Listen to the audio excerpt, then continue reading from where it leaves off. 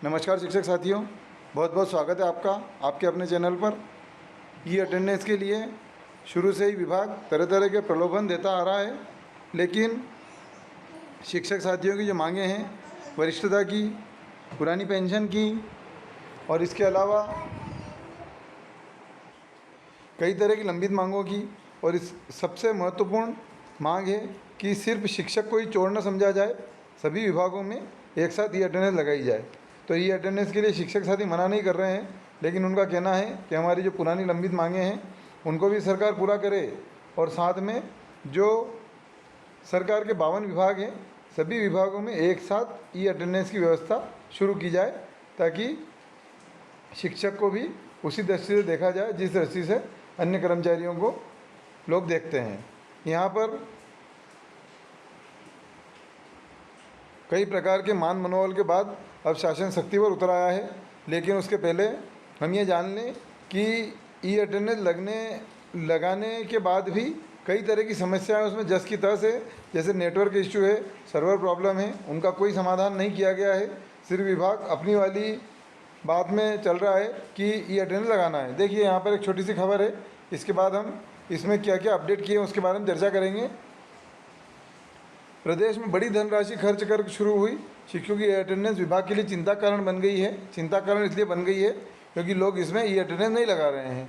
यहाँ पर विभाग का आंकड़ा 2.5 लाख, विभाग के आंकड़े में 2.5 लाख शिक्षक दर्ज हैं, और यह जुलाई माह समाप्त होने के बाद भी मात्र 80,000 शिक्षक ने ही पोर्टल पर अपनी उपस्थिति दर्ज करी है। बकाया शिक्षक इससे दूरियां बनाए हुए हैं, जबकि जो आदेश जारी किया गया उसमें स्पष्ट शर्त थी कि अटेंडेंस प्रक्रिया में ही वेतन तैयार होगा। यदि अनुपस्थिति हुई तो वेतन कटौती तो होगी ही, सर्विस बुक और अन्य सुविधाएं भी प्रभावित होगी। शिक्षक की ही क्यों इस कार्य में रुचि नहीं है? डिपार्टमेंट के द्वारा इसके लिए जिला शिक्षा अधिकारी से रिपोर्ट मांगी गई है, और रिपोर्ट भी चिंताजनक है, जिसमें स्थानीय स्तर पर कई तरह की समस्याएं गिनाई गई है। अब अगस्त से इस काम में कसावट हो, इसके लिए लोक शिक्षण सख्त हुआ है। विधानसभा में व्यस्तता के बाद भी कमिश्नर ने बुधवार को अधिकारियों की बैठक ली है इसी के लिए। अब कलेक्टर को पत्र लिखने की तैयारी है कि कलेक्टर जो है वह अफसरों के अनुसार नियम यही है कि पहले शिक्षक स्कूल में पढ़ाए, उसके बाद वो मतदाता सूची का कार्य करे या अन्य जो भी कार्य है वह सभी बाद में करे, क्योंकि विभाग के अनुसार उन्हें उसके लिए अलग से मानदेय दिया जा रहा है, तो वो स्कूल शिक्षा के बाद ही उस कार्य को करें। तो यहाँ पर बीएलओ और अन्य ड्यूटियाँ जो है उनके लिए इसे जवाबदार नहीं माना गया है। उसके बाद लिखा है 1,30,000 का नहीं बनेगा वेतन। संचालनालय का कहना है कि जुलाई माह में करीब 1,30,000 शिक्षकों ने पोर्टल पर ये अटेंडेंस नहीं लगाई है। अब इन सभी का वेतन काटा जा रहा है। हालांकि जिनने अटेंडेंस लगाई है उनका और जिनने अटेंडेंस नहीं लगाई है उनका सभी का वेतन जुलाई माह का जनरेट हो गया है। तो इसी आधार पर उपस्थिति और अनुपस्थिति की फाइनल रिपोर्ट तैयार होगी, और इसके बाद जिलेवार तैयारियां शुरू होगी। अब यहाँ पर कुछ और अपडेशन करने जा रहा है, उसके बारे में चर्चा कर रहे हैं। उपस्थिति के आधार पर जारी होगी चरित्रावली तैयार। व्यावहारिक खामियां सुधारने के लिए ब्लॉक में कोऑर्डिनेटर नियुक्त। व्यावहारिक समस्याएं जो है उसके लिए हर ब्लॉक में एक कोऑर्डिनेटर नियुक्त किया है। जैसा कि हमने पिछले वीडियो में बताया था कि प्रशिक्षण हो रहा है सभी का, तो प्रशिक्षण जो हुआ है उस प्रशिक्षण में सभी एक एक ब्लॉक से एक एक व्यक्ति को प्रशिक्षित करके भेजा गया है कि अटेंडेंस किस प्रकार से लगाएं।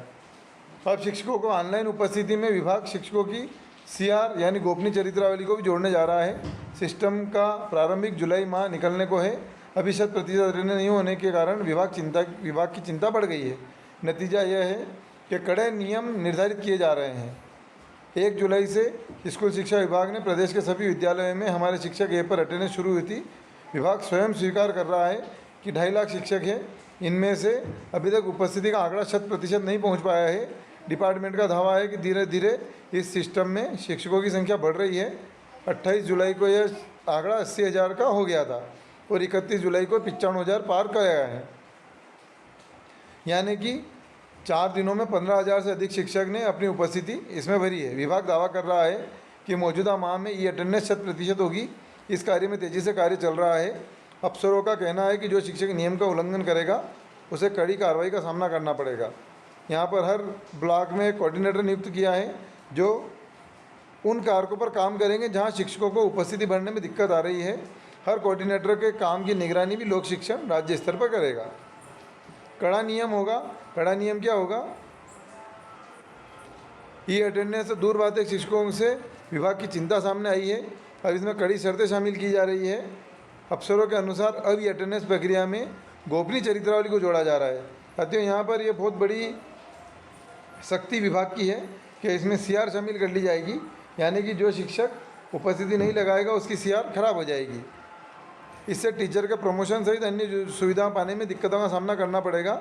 अभी भी जो नियम है उसमें अवकाश स्वीकृति, अवकाश लेखों का संधारण, क्रमोन्नति, समयमान, वेतन वृद्धि, परीक्षा अवधि और पेंशन के भुगतान इसी से जोड़े गए हैं। 1,55,000 का कटेगा वेतन। पहले माह में 1,55,000 शिक्षकों का ई अटेंडेंस से दूरियां बनाने के कारण अभी उनका वेतन नहीं मिलेगा। इन शिक्षकों ने अभी तक अपने मोबाइल में शिक्षक ऐप भी डाउनलोड नहीं किया है। इन शिक्षकों को वेतन काटने की तैयारी की जा रही है। इस संबंध में शुक्रवार को लोक शिक्षण संचालनालय में अधिकारियों को 3 घंटे बैठक चली, क्योंकि अगस्त के पहले सप्ताह में वेतन भुगतान का नियम होता है। संकुल में बिल तैयार हो रहे हैं। जिला शिक्षा अधिकारी को भी निर्देशित किया गया है कि जिन्होंने ऐप पर हाजिरी नहीं लगाई है उनके पूरे माह का वेतन काटा जाएगा। लेकिन इन सभी खबरों के बीच अच्छी खबर यह है कि जुलाई माह का वेतन सभी लोगों को मिल चुका है, जिनने उपस्थिति लगाई थी उनका भी और जिनने उपस्थिति नहीं लगाई थी उनका भी। इनका कहना क्या है? लोक शिक्षण के डायरेक्टर के त्रिवेदी का, ई अटेंडेंस को प्रभावी बनाया जाएगा। 95,000 शिक्षक हाजिरी भर रहे हैं। व्यावहारिक खामियां पकड़ने के लिए ब्लॉक स्तर पर कोऑर्डिनेटर को नियुक्त कर दिए गए हैं। 100% उपस्थिति के लिए अब इसमें गोपनीय चरित्रावली को शामिल किया जा रहा है। तो यहाँ से यदि हम उपस्थिति नहीं लगाएंगे तो विभाग ये तैयारी कर रहा है कि इससे सीआर खराब हो जाएगी व्यक्ति की और उसके प्रमोशन और पेंशन में उसका फ़र्क पड़ेगा। तो धन्यवाद साथियों।